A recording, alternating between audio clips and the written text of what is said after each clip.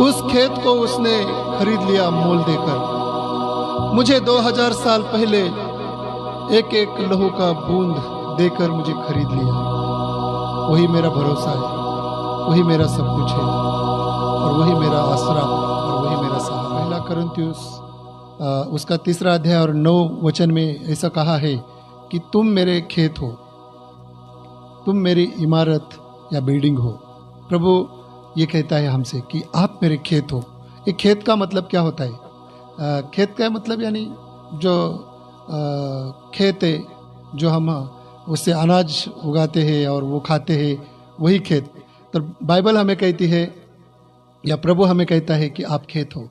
आइए हम एक घटना की ओर चलते हैं। वो अद्भुत घटना है, आप कहीं मत जाइएगा, पूरा संदेश सुनिएगा। बहुत ही अच्छा आज का वचन है। हम देखते हैं मत्ती का 13वां अध्याय और 44 वचन, 44 वचन। वहाँ पर लिखा है, एक घटना या एक स्टोरी वहाँ पर दी गई है।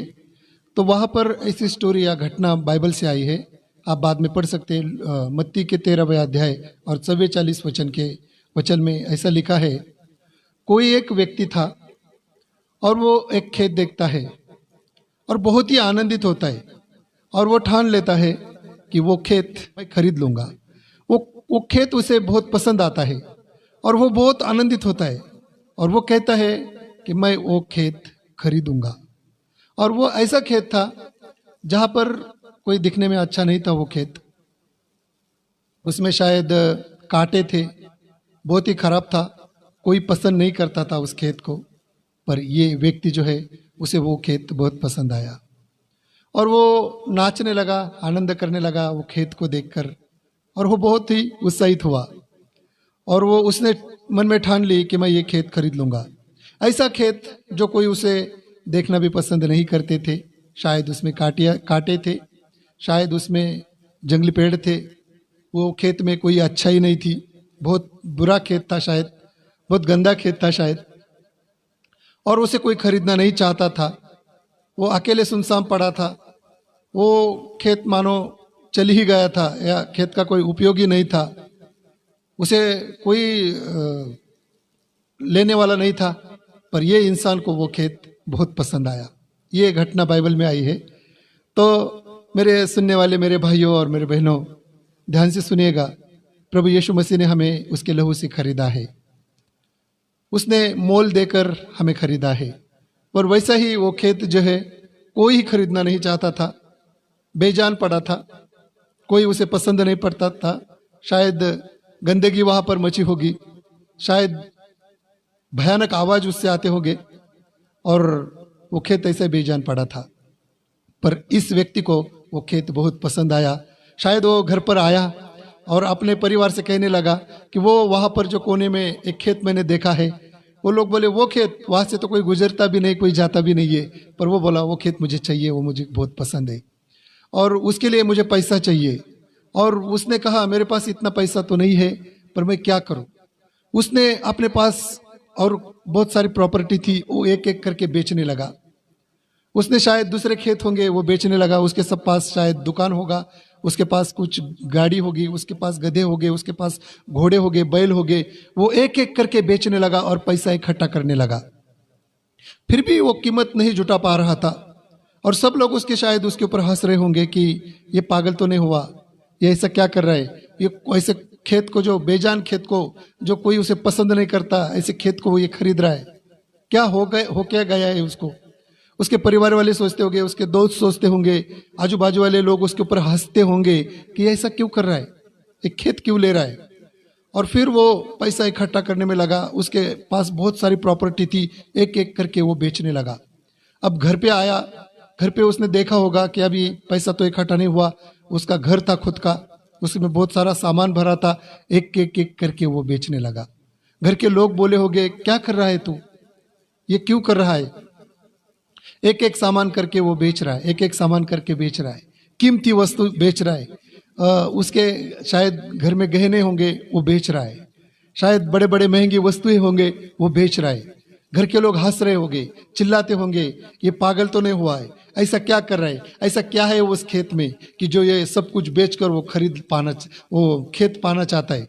और वो बहुत ही बड़ा उत्साहित और बहुत ही आनंदित था कि वो उसे चाहिए था वो खेत। उसने सारा धन बेच दिया, सारा धन अपना जो गंवा दिया बेच दिया, और अपना घर भी बेच दिया। वो मानो रास्ते पे आया, लोग शायद उसके ऊपर हंसते होंगे, वो लोग उसकी मजाक उड़ाते होंगे कि ये कर क्या रहा है, और उसने सब कुछ बर्बाद कर दिया। उसने अपने रहता घर भी बेच दिया।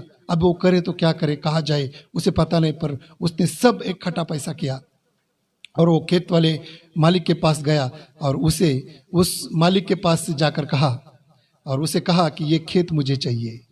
और उसने वो सोचा होगा कि ये खेत का क्या करेगा, इतना खराब खेत, इसने सारी प्रॉपर्टी गंवा दी है, सब बेच दिया है, उसके पास कुछ भी नहीं रखा, कुछ भी नहीं रखा, कंगाल हो चुका है। और वो कंगाल होके ये ऐसा खराब खेत क्यों खरीदना चाहता है। पर वो बोला मुझे वो खेत चाहिए। मानो उसकी वो सारी कीमत दे दी, वो सारी कीमत चुका दी, और वो उसने खेत खरीद लिया। जो खराब खेत था, वो खराब खेत के पास कोई नहीं जाना चाहता था, वो खेत उसने खरीद लिया, वो खेत उसने खरीद लिया, वो खराब खेत उसने खरीद लिया, सारा मोल दिया, सारा सब कुछ वो जो था उसके पास वो गंवा दिया, और वो खेत उसने खरीद लिया। बाइबल 1 कुरिन्थियों और 3 अध्याय 9 वचन में कहता है कि आप मेरे खेत हो, आप मेरी इमारत हो। तो हम प्रभु में आने से पहले हमारा जीवन जो है वो बेजान पड़ा था, हम जंगली थे, हमारे अंदर कांटे थे, हमारे अंदर कोई देखना नहीं चाहता था, हमें कोई पसंद नहीं करना चाहता था, हमको सबने छोड़ दिया था।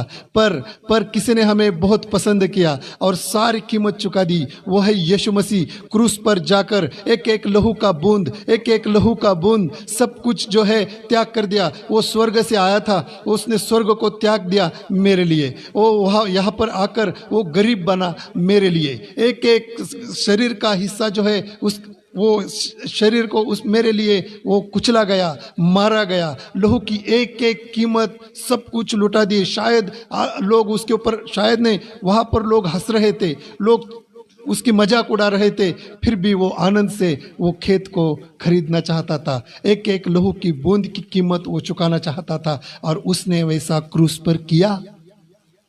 उस शैतान के हाथ से शैतान को वो सारी कीमत चुकाई, और वो बेजान पड़ा हुआ खेत जो भयानक खेत उसने खरीद लिया। वो मत्ती के 13वें अध्याय में वो जो लिखा है, उसने वो खेत को खरीद लिया, मेरे को उसने खरीद लिया। मुझ में कोई अच्छा ही नहीं था। हम जो कभी कभी गीत गाते हैं, मेरी सूरत बिगड़ी थी, मेरा ये दिल था खाली, तूने सींचा लहू से ताकि आई हरियाली। मुझे खरीद लिया है उसने, उसके लहू से सारी कीमत चुका दी, सब कुछ जो है लुटा दिया। ऐसा प्रेम करने वाला कोई भी नहीं है, कोई भी नहीं है ऐसा प्रेम करने वाला।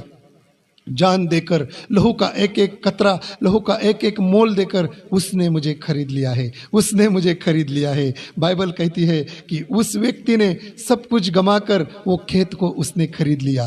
वो खेत में कोई अच्छा ही नहीं था, वो खेत बुरा था, उस खेत में कांटे थे, पर इस व्यक्ति ने बहुत ही आनंदित हुआ और वो खेत को उसने खरीद लिया, वो खेत को उसने खरीद लिया। आइए हम एक घटना की ओर चलते हैं। आइए हम एक, आपको मैं उदाहरण देना चाहता हूँ। एक लड़का था और वो लड़के ने बहुत सारी पंछियों को पकड़ा था और वो लेकर जा रहा था, और वो उनके साथ खेलने लगा और खेलते चला, खेलते रहा। और एक व्यक्ति पास्टर था, उसको जाकर मिला और उसने देखा कि वो जो पक्षी है उनके साथ खेल रहा है। और वो लड़के के पास गया, दयालु पास्टर था, प्रभु का दास था, और उसने उसे कहा, तू क्या करेगा इस पक्षियों के साथ? वो बोला, मैं उनके साथ खेलूंगा। और क्या करेगा? उनकी मजाक उड़ाऊंगा। और क्या करेगा? मैं उनको आगे जाके मार डालूंगा। और वो दुखी हुआ, वो बोला, वो मुझे दे दे, वो जो पक्षी है वो मुझे दे दे। वो बोला, मैं नहीं दूंगा। क्यों दूं? वो बोलता, मैं, वो पास्टर ने, वो प्रभु के दास ने कहा, मैं तुझे कुछ कीमत देता हूँ, वो मुझे दे दे। और वो पास्टर ने एक एक करके कीमत उसकी चुका दी। एक एक पंछी उसको लिया, एक एक पंछी तूने उसके पास से लिया, क्योंकि वो लड़के ने कहा था एक एक पंछी को मैं उनके साथ खेलूंगा, मैं उनको मार डालूंगा, अंत में मेरा दिल भरने के बाद मैं उन पंछियों को मैं मार डालूंगा। मुझे अच्छा लगता है, मुझे खेलने में उनके साथ अच्छा लगता है, मुझे उनको मार डालने में अच्छा लगता है। वो प्रभु का दास एक एक करके सारी कीमत चुकाता है और सारी पंछियों को उसके हाथ से लेता है। और वो लड़का बोलता है तू क्या करेगा इसका लेकर, इसका दाम तो बहुत है। उसने कहा बहुत, एक एक पंछी उसने 1-1 लाख रुपए को बेचा। और वो लड़के ने कहा तू क्या करेगा इसका लेकर, तुझे तो कोई जरूरत नहीं है इस पंछियों की। पर वो कहता है मुझे चाहिए वो पंछी, और वो सारे पंछी खरीदता है बहुत सारे महंगे दाम में, और सारी पंछियों को छोड़ देता है, उन्हें आज़ाद करता है। क्योंकि हमें भी परमेश्वर ने, प्रभु यीशु मसीह ने, उस शैतान के हाथ में थे, वो हमसे खेलता था, हमसे उसका मन भरने के बाद वो हमें मार डालता था और हमें नरक में शायद ले जाता। हमारे साथ वो खेलता। उस दास को उस पंछी की दया आई, उस यीशु मसीह को मेरी दया आई और मेरे लिए कीमत चुकाई, और उस शैतान के हाथ से मुझे छुड़ाया और मुझे आज़ाद किया उसके लहू के द्वारा। उस व्यक्ति ने जो कोई खेत किसी को पसंद नहीं है, वो खेत उसने खरीद लिया और बहुत ही आनंद करने लगा उस खेत के साथ। बाइबल हमें कहती है कि आप मेरे खेत हो, आप मेरी इमारत हो। उसने हमें मोल देकर खरीदा है। प्यारे भाइयों और बहनों, आइए हम इस छोटे से गीत को गाते हैं और ख़त्म करते हैं।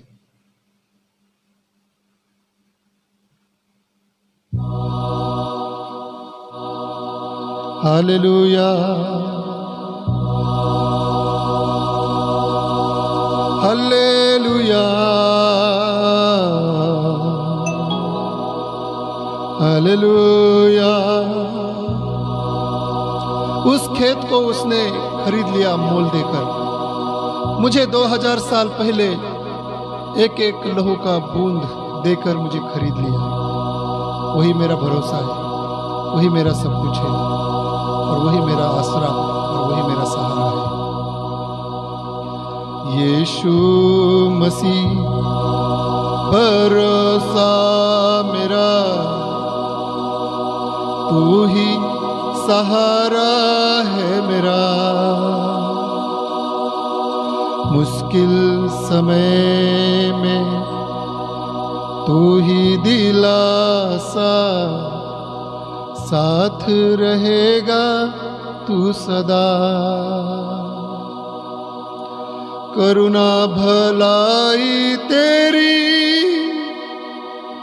सदा रहेगी मुझ पर,